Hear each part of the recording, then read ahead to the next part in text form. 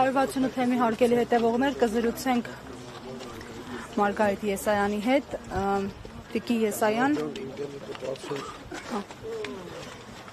անդրադառնալով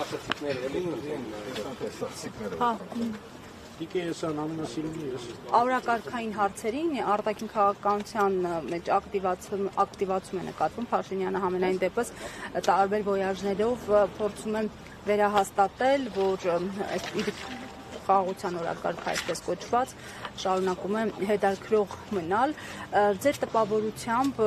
ուր է տանելու Փաշինյանի խաղաղության օրակարգը Հայաստանի Հանրապետությունը եւ այլընտրանքը որն է, եթե կարծում եք, որ դա կեղծ խաղաղության թեզ է, ինչպես հաճախ նշում են ընդդիմադիր գործիչները։ Շնորհակալություն հարցի համար եւ շնորհակալ եմ, որ շատ կարևոր, ամենակարևոր հարցերից եք սկսում մեր զրույցը, որովհետեւ այո,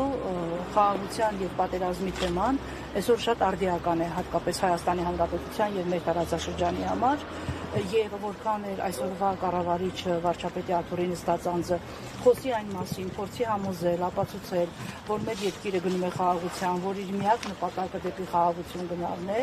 բացարձակ անհամոզիչ է այն համապատկերի վրա, որ ամբողջ աշխարհում բոլոր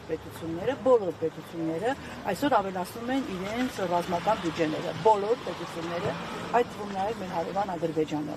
Երբ որ գերհզոր պետությունները ավելացնում են իրենց ռազմական բյուջեն, բանակին ավելի շատ են մատակարարում, երբ որ Ամերիկայի Միացյալ Նահանգների նման հզոր գերտերությունը իր պաշտպանության նախարարությունը վերափոխում է պատերազմի նախարարության, այս համապատկերի վրա խոսել միանշանակ խաղաղության մասին, որ մի Նիկոլ Փաշինյան բերել է խաղաղություն այս տարածաշրջանում, առնվազն ծիծաղել է, եթե չասեմ, որ պետքական։ Չի կարող լինել խաղաղություն մի պետության ներսում, որտեղ պատերազմ է ոչ միայն ներքաղաքական կյանքում, այլև արտաքին քաղաքական կյանքում։ Չի կարող լինել խաղաղություն մի պետության համար, որը բանակի բյուջեն կրճատում է, որը ծառայության ժամկետները կրճատում է, ամենանեպս հայտարարել է այդ մասին, որ կրճատելու է, որը ասում է, որ մեզ բանակ պետք չի եւ սահմանապահ ուժերը կարող են մեր սահմանները ապահովել, եւ չի կարող լինել խաղաղություն մի պետության համար, որ բոլոր պրոֆեսիոնալ զինվորականներին, հիմնական զինվորականներին, որոնք Արցախյան բոլոր պատերազմներում եղել են առաջնագծում եւ եղել են պաշտպանիչ եւ հրամանատարներ, բռնում է, փակում է, այդ մարդկանց ուղղակի մեկուսացնում է իրական կյանքից։ Չի կարող լինել այս տարածաշրջանում խաղաղություն, հատկապես Հայաստանի Հանրապետության համար, քանի դեռ Հայաստանի վարչապետը Նիկոլ Փաշինյանն է։ Տիկին Եսայան այսօր Հանրապետության երկրորդ նախագահ Ռոբերտ Քոչյանը մամուլի ասուլիսով հանդես եկավ, նա նաև անդրադարձավ իմպիչմենտի օրակարգին, նշելով, որ նա այդ հարցը իր համար կարևոր է եւ իր սիրած թեման է, քանի որ հանրապետականն է նախաձեռնել, նա նշեց, որ իրենք իրենց ձայները տվել են եւ հիմա սպասում են, նաեւ նշեց, որ այդ գործընթացը պետք է տեղի ունենա այս երկու ամիսների ընթացքում, եթե օրինակ սկսի այդ թեման ակտիվանալ հունվարին կամ փետրվարին, նա արդեն անլուրջ կվերաբերվի, որովհետեւ ըստ էության ընտրական process-ներին մնալու է 2 ամիս։ Ես շնորհակալ եմ, որ երկրորդ նախագահը կարևորում է արդեն իմպիչմենտի թեման, որովհետեւ դուք շատ լավ հիշում եք, թե Հայաստան խմբակցության պատգամավորները եւ ինքը Ռոբերտ Քոչյանը, ինչպես էր վերաբերում ամիսներ առաջ, մոտ 4 ամիս առաջ իմպիչմենտի գործընթացին համարում էին անլուրջ, ընդ որում ոմանք գնացին, որ համարում էին, որ իմպիչմենտի գործընթացը ուղղված է Ռոբերտ Քոչյանի դեմ։ Ես ուրախ եմ, որ վերադարձել են տրամաբանության դաշտ եւ հասկանում են, որ այս պահին Հայաստանի Հանրապետության համար միակ սահմանադրական ճանապարհը Նիկոլ Փաշինյանի իշխանությունից ազատվելու համար մնում է այդ կառավարությանը անվստահություն հայտնելու գործընթացը։ Եվ եթե ստորագրությունները տվել են ու մտածում են, որ դրանով այլևս իրենք անելիք չունեն, սա չեմ համարում քաղաքական մոտեցում, սա չեմ համարում միասնականությանը ուղղված գործընթաց, որովհետև եթե անվստահություն հայտնել Նիկոլի կառավարությանը, ապա անվստահություն պետք է հայտնել բոլոր ընդդիմադիր ուժերը միասին եւ միասնական։ Տիկին Եսայան, նույն աստուծություն Քոչարյան Ռոբերտը նախասեց, որ սոցիալական հարցումներին չի հավատում, բայց միաժամանակ ինչ-որ սոցիալական հարցումների հղում արեց եւ ասաց, որ խորհրդարան կանցնեն Փաշինյանից բացի եւս 2 ուժ եւ այդ մեկը իրենք է, մյուսներ Սամվել Կարապետյանն են։ Դուք ինչքանով եք իրատեսական համարում նրա այս հայտարարությունը։ Ես չեմ կարծում, որ մարդու ով ասում է, որ դեպք առաջ չկար, հա, 7-8 օր մարզերում շրջել մարդկանց հետ։ Ես չեմ ուզում մտածել, որ հանրապետության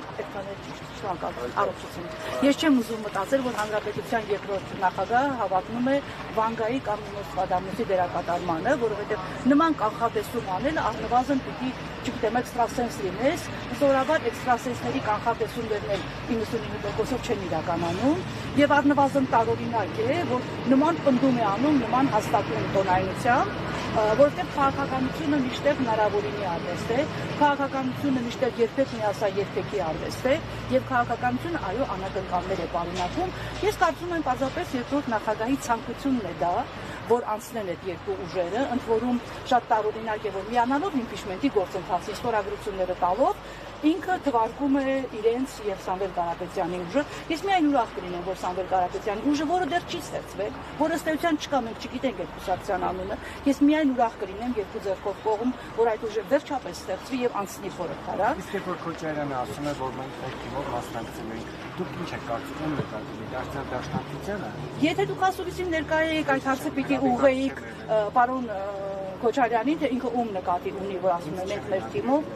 ուրեմն պետք է նախ իրեն հարցնել, չգիտեմ ինքը ում նկատի ունի, այդուհանդերձ ես կարծում եմ, որ բոլոր քաղաքական ուժերը, բոլոր գործիչները այսօր կարծես իրենց տեղավորել են նախընտրական տրամաբանության մեջ, բայց ես կարծում եմ մինչ այդ տրամաբանության մեջ հիմնավորվելը պետք է բոլոր ընդդիմադիր քաղաքական ուժերը իրենց դնեն անվստահության գործընթացի մեջ եւ ջանք ու երանգ չխրայեն, որպեսզի այդ անվստահության գործընթացը վերջո իրականություն դառնա, որովհետեւ ես էլի եմ ասում, միշտ եմ ասել, եթե մենք 26 թվականի ընտրություններին գնում ենք Նիկոլ Փաշինյանի իշխանությամբ, մենք գնում ենք, այսինքն պարտության։ Նիկոլ Փաշինյանը նոր ընտրություններում պարլամենտական պիտի չլինի իշխանություն։ Եվ դրա համար բոլոր ուժերը, Քոչարյանի ուժերը, Դաշնակցությունը, բոլոր ընդդիմադիր ուժերը, նոր ստեղծվելիք Սամվել Կարապետյանի ուժը, որը հուսով կստեղծվի, այն բոլոր գործիչները, որոնք տարբեր տարիներ աշխատել են եւ այսօր հայտարարություններ են անում, որ իրենք մտնում են քաղաքականություն, այսպես հպարտորեն, եւ չեն ասում, թե իրենք ինչ տրամադրվածություն, ինչ մտքեր ունեն անվստահության գործընթացի մասին, այդ բոլոր ուժերը պետք է հասկանան, որ այս անվստահության գործընթացը պետք է նաեւ իրենց աջակցությամբ, իրենց մասնակցությամբ իրականություն դառնա։ Եթե չեմ սխալվում, ձեր ասածի սկրինշոթն է տարածվում, որ ասել եք 7 պատգամավոր կակքայից, որ պատրաստ է միանալ։ Կարծում եմ ավելին կան, անուններ չենք ասելու, չեմ ասելու, որովհետև այդ մարդկանց մենք հարվածի տակ ենք դնում։ Եթե դուք հետևել եք պարլամենտում իրավական հարցերի հանձնաժողովում պատիվ ունեմի պատգամավորների ներկայացրած հայտարարությանը եւ նրանց այդ դեմ քրակելուն, ես հետևել եմ ամբողջ ընթացքում եւ անկեղծորեն խղճացել եմ ԿՊԱ-ական ընկին պատգամավորներին, որոնք ջանք ու եռանդ չէին խնայում իրենց շեֆին Նիկոլին ապացուցելու, որ իրենք այդ 7 հոգու մեջ չեն։ Այսինքն իրենց մեջ արդեն այնպիսի մի աժոտաժ եւ իրարանցում եւ վախի մթնոլորտ է, որ իրոք այդ մարդիկ կան իրականում եւ իրենցից յուրաքանչյուրը հիմա փորձելու է Նիկոլի մուրճից զգուշանալ, որ հանկարծ մինչեւ բուն գործընթացը հանկարծ Նիկոլի մտքով չանցնի, որ այս կամ այն մի պատգամավոր իր ԿՊԱ-ական այդ 7 թուկու կամ ավելի շատ մեծ թվի մեջ է։ Այո, կան ԿՊԱ-կաններ, ես իրենց մասին առհասարակ լավ կարծիք չունեմ, ամբողջ թիմի մասին, բայց կան այնտեղ հատուկ են անհատներ, որոնք իրենք էլ հասկանում են, որ երկիրը գնում է կործանման, որ Նիկոլի իշխանությամբ հնարավոր չէ ունենալ հայկական պետականություն, իրենք շատ լավ հասկանում են, որ իրենց ձայնը լինելու է կարևոր։ Ես կարծում եմ, երբ որ ընդդիմությանը հաջողվի քրիտիկական մասսան հավաքել, փողոցը գեներացնել, երբ որ ընդդիմությանը հաջողվի բոլոր ստորագրությունները մտցնել ազգային ժողով եւ իրական հողի վրա սկսել անվստահության գործընթացը, այդ 7 հոգին մի քանի անգամ ավելանալու է։ Ձեզ ուղղակի վստահեցնում եմ, որտեղ էլի եմ ասում, ես որ 96 թվականից քաղաքականությունից մի քիչ բան եմ հասկանում, ես հասկանում եմ, որ քաղաքականությունը նաև այսպիսի բան է, անակնկալներ է պարունակում, մնում է, որ ընդդիմության բոլոր թևերը, եւ քոչանական թևը, եւ այն մյուս բոլոր թևերը, եւ նոր ստեղծվելիք, եւ այդպես հպարտ կեցվածքով իրենց քաղաքական գործընթացի մեջ մտնելը հայտարարող անհատներ եւ գործիչներ լծվեն նույն գործին սահմանադրական ճանապարհով Նիկոլին հրացնել։ Իսկ սահմանադրական ճանապարհ այս պահին եւ միշտ եղել եւ մնում է այս կառավարության անվստահություն հայտնել եւ հասնել հաջողության։ Ես եմ շնորհակալ։